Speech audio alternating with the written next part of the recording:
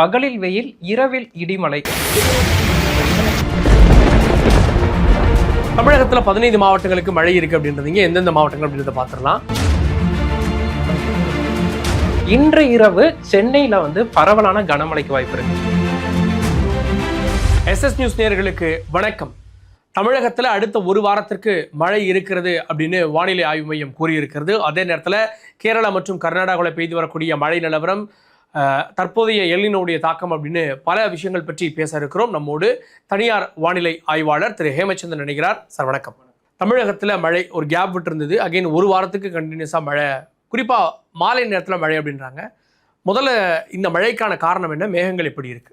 குறிப்பா நமக்கு June July மாதங்கள்ல, அந்த ஜூன் முதல் செப்டம்பர் வரையிலான அந்த தென்மேற்கு பருவமழை காலகட்டத்தில் நேரடியா பருவமழை மழைப்பொழிவை கொடுக்கலனாலும் நமக்கு மாலை இரவு வெப்பச்சலன இடி மழை பதிவாகும். ஆனா கடந்த 2 மாதங்களாகவே அந்த வெப்பச்சலன மழை பரவலா எங்கும் பதிவாகாம ஆங்காங்கே தான் பதிவானுச்சு.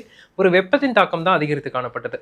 இப்ப கடந்த சில நாட்களுக்கு முன்பு பார்த்தோம், கேரளா கர்நாடகால பருவமழை தீவிரம் அடைஞ்சிச்சு. அவங்களுக்குமே கடந்த 2 மாதமா பெரிதா மழை பதிவாகாம இந்த கடந்த ஒரு சில நாட்கள் தான், ஒரு வாரமா தான் நல்லாவே மழை பெய்யுது, நல்ல மழை பதிவாகி இருக்கு. இப்போ கேரளா கர்நாடகால மழைப்பொழிவின் தாக்கம் குறைய தொடங்கி இருக்கு. அதுதான் நம்ம பாக்குறோம். கேரளா கடற்கரை, கர்நாடகா கடற்கரையில ஆமா பெரிதாக மேகக்கூட்டங்கள் இல்ல, ஆனா அரபிக்கடல்ல ஆனா கடந்த சில நாட்கள் பதிவான மழையின் காரணமா எஞ்சிய ஈரப்பதம் தமிழகத்தை நோக்கி நகர தொடங்கி இருக்கு. சோ இதனுடைய ஈரப்பதம் தமிழகத்தை நோக்கி உள்ள வந்துட்டு இருக்கு. ஓகே. இந்த சூழல்ல பகல் நேரத்துல தெளிவான வானத்துடன் வெப்பம் இருக்கும்போது மாலை இரவு நேரங்கள்ல கடல் காற்று உள்நுழைந்து அந்த கடல் காற்றும் இந்த ஈரப்பதமான காற்று மற்றும் பகல் நேர வெப்பநிலை மூன்றும் இணைந்து அந்த வெப்பச்சலன இடிமலைக்கு சாதகமா வந்து. ஸோ பகல்ல இங்க வெப்பநிலை இருக்கும், வெப்பநிலை காரணமாக காற்று உறிஞ்சப்படுறப்போ இங்க இருந்து ஈரக்காற்று உள்ள வரும், இங்க இருக்க சாதகமான காற்றும் உள்ள வரதால மழை பெய்யுது. அது மட்டும் இல்லாது நமக்கு அந்த கடல் சார்ந்த அலைவுகள் நம்ம பார்க்கிறோம். இந்த வங்கக்கடலின் தெற்கு பகுதி, அதாவது கிழக்கு இந்திய பெருங்கடல்ல இந்த MJO, ராஸ்பி போன்ற கடல் சார்ந்த அலைவுகள் இருக்கு. தென்மேற்கு வங்கக்கடல்ல ஒரு காற்று சுழற்சியும் நிலை கொண்டு இந்த பகுதியில இந்த காற்று சுழற்சியிலிருந்து இங்கிருந்தும் ஈரப்பதமான காற்று மாலை நேரத்துல உள்ளே நுழையுது. நமக்கு ஏற்கனவே பருவமழையினால ஈரப்பதமான காற்றும் இருக்கு. இது போன்ற ஒரு சாதக அமைப்புனால நமக்கு அடுத்த சில நாட்களுக்கு தமிழகத்துல அந்த பகலில் வெயில், இரவில் இடிமலை அப்படிங்கிற ஒரு நிலை இருக்கும். அதில் குறிப்பா இன்றைய தினம் இன்று முதல் 3 நாட்களுக்கு கனமழைக்கான வாய்ப்பு இருக்கு.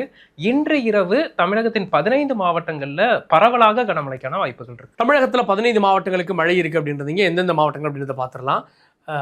மதிய நேரம் வரை பெரிய இது இல்லை, மதியத்துக்கு அப்புறம் தான் மேகங்கள் உள்ளே வருது, திடீர்னு தான் உருவாகுது. நீங்கள் சொன்ன மாதிரி 2 மணிக்கு அப்படியே உள்ளே வர தொடங்குகிறது, அப்படியே 6-7 மணிக்கெல்லாம் நல்ல தீவிரமாக இருக்குது. ஓகே, எந்தெந்த மாவட்டங்கள் இது கவர் பண்ணணும்னு நினைக்கிறீங்க? குறிப்பாக இன்றைய தினத்தை பொறுத்தளவுக்கு வடகடலோர மாவட்டங்கள், வடக்கு உள் மாவட்டங்கள் மற்றும் காவிரி டெல்டா மாவட்டங்கள் பரவலான மழை எதிர்பார்க்கலாம். ஓகே, வட கடலோர மாவட்டங்கள், வடக்கு உள் மாவட்டங்கள் மற்றும் காவிரி டெல்டா மாவட்டங்கள், இந்த 3 ஏரியாக்கள் பகுதி. தென் மாவட்டங்களை பொறுத்த வரைக்கும் இந்த புதுக்கோட்டை, சிவகங்கை, மதுரை, திண்டுக்கல் மாவட்டங்கள்ல ஆங்காங்கே இடிமலை இருக்கும் இந்த பகுதிகளில். ஆமா, இன்றைய தினம் மதுரை, திண்டுக்கல், புதுக்கோட்டை, சிவகங்கை மாவட்டங்களையும் மழைக்கு வாய்ப்பு இருக்கு.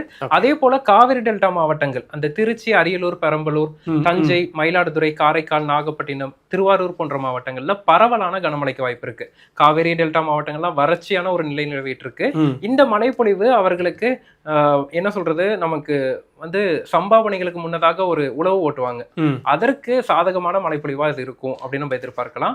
அதே போல குருவையினுடைய இறுதி கட்டத்தில் இருக்கவங்களுக்கு இது உயிர் கொடுக்குமா? கண்டிப்பாக. குருவையின் குறிப்பா வடக்கு டெல்டால இந்த மயிலாடுதுறை, தஞ்சையின் கும்பகோணம், திருவையாறு போன்ற பகுதிகள் எல்லாம் குருவை பயிர்கள் பார்த்தீங்கன்னா நோய் தாக்குதலும் பெரிய மகசூல் இல்லாத நிலையில இருக்கு. அவர்களுக்கு சற்று உயிர் கொடுக்கும் மழையாக இருக்கும். தெற்கு டெல்டா பகுதிகளை பொறுத்தளவுக்கு சம்பாக்கு முன்னதாக உழவு ஓட்டுவதற்கு ஒரு சாதகமான மழைப்பொழிவாக இது இருக்கும். அது மட்டும் இல்லாது வட மாவட்டங்கள், சென்னையில பார்த்தோம், நேற்றைய தினமே பரவலான ஒரு மழைப்பொழிவு இருந்துச்சு. இன்று இரவு சென்னையில பரவலான கனமழைக்கு வாய்ப்பு இருக்கு. இன்று இரவு சென்னையில பரவலான கனமழைக்கு வாய்ப்பு இருக்கு. சென்னை மட்டுமல்லாது சென்னை, திருவள்ளூர், காஞ்சிபுரம், செங்கல்பட்டு, புதுச்சேரி, விழுப்புரம், கடலூர் மற்றும் வேலூர், திருவண்ணாமலை, கள்ளக்குறிச்சி வரைக்குமே ஒட்டுமொத்த வட மாவட்டங்கள் மற்றும் வடக்கு உள் மாவட்டங்கள் பரவலான மழைப்பொழிவு.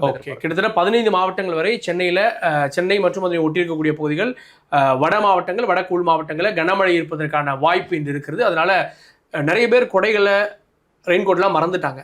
அவங்க திரும்ப எடுக்க வேண்டிய நேரம் வந்துருச்சு அப்படி? கண்டிப்பா அதை எடுக்கணும். இன்னொன்னு முக்கியமானது என்னன்னா, இது வெப்பச்சலன மழை. அதுவும் கடந்த சில நாட்களாக தொடர்ச்சியாக வறண்ட வானிலை நிலவி இப்பதான் அந்த வெப்பச்சலன மழை பதிவாகுது. இந்த மாதிரியான காலகட்டத்துல என்ன ஆகும்னா, மழையின் போது வலுவான இடி மின்னல் இருக்கும். மழைக்கு முன்னதாக தரைக்காற்று சற்று பலமா வீசும். அதன் காரணமா இப்போ நமக்கு மரங்களுக்கு அடியில் நிற்பது, இல்ல பைக்ல போறவங்க ஏதாச்சும் ஒரு ஷெட் இந்த மாதிரியான மரத்துக்கு கீழே போய் நிறுத்திட்டு நிற்பது போன்றவற்றை தவிர்க்கணும். கண்டிப்பாக இந்த வயல்கள் போன்றவற்றில் இருக்கக்கூடிய விவசாயிகள் சற்று பாதுகாப்பா இருக்கணும். மழை வருவதற்கு முன்னதாகவே சற்று பாதுகாப்பா இருக்கணும். ஏன்னா மேகம் கருத்துட்டு இருக்கு, ஒரு தரைக்காற்று அதிகரிக்குதுங்கிறப்பவே மக்களுக்கு சற்று எச்சரிக்கையாக இருந்தால் அந்த இடிமின்னலின் தாக்கத்தில் இருந்து நம்ம தற்காத்துக் கொள்ளணும். அதே போல 5ஆம் தேதி நிலவரத்தை நம்ம பார்க்குறோம். 5ஆம் தேதி நீங்க சொன்ன மாதிரி தான் மாலைக்கு பிறகாக மேகங்கள் தீவிரமடைகிறது. அது வடக்கு மாவட்டங்களை தான் குறிவைக்கிறது. ஸோ வடக்கு மாவட்டங்களை தான் அதையும் நாளைய தினமும் குறிவைக்கிறது அப்படின்றத நம்ம பார்க்குறோம்.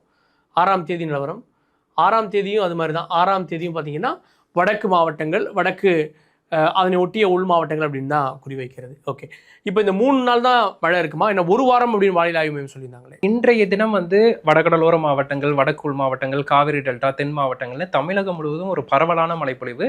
குறிப்பா இந்த தென்மேற்கு பருவமழை காலகட்டத்தில் ஒரு மாநிலத்தின் பல மாவட்டங்கள்ல மழை பதிவாகிறது இன்றைய தினம் எதிர்பார்க்கலாம். அதனை தொடர்ந்து அடுத்த 2-3 தினங்களுக்கு வடகோடி மாவட்டங்கள் என்று சொல்லக்கூடிய அந்த சென்னை, திருவள்ளூர், காஞ்சிபுரம், செங்கல்பட்டு, புதுச்சேரி, விழுப்புரம், அதனை ஒட்டியிருக்கக்கூடிய வேலூர், திருவண்ணாமலை மாவட்டங்கள்ல அடுத்த 3 நாட்களுக்கு மழை எதிர்பார்க்கலாம். அதனை தொடர்ந்த 2-3 நாட்கள் மாநிலத்தின் ஒரு சில இடங்கள்ல இடியுடன் கூடிய மழை என்பது இருக்கும். ஒட்டுமொத்தமா ஆகஸ்ட் 10ஆம் தேதி வரைக்கும் தமிழகத்தில் பகலில் வெயில், இரவு நேரத்தில் இடிமழை என்பது பதிவாகும். அதில் தீவிரமான தினம் இன்றைய தினம், அடுத்த 2 நாட்கள் சென்னை உள்ளிட்ட வட மாவட்டம். ஸோ 10ஆம் தேதி வரை மிக கவனமாக இருக்கணும் தமிழகத்தில் அப்படின்னு செய்தியும் சொல்லியிருக்கீங்க. பொறுத்திருந்து பார்க்கலாம். நன்றி ஹேமச்சந்திரன். நன்றி.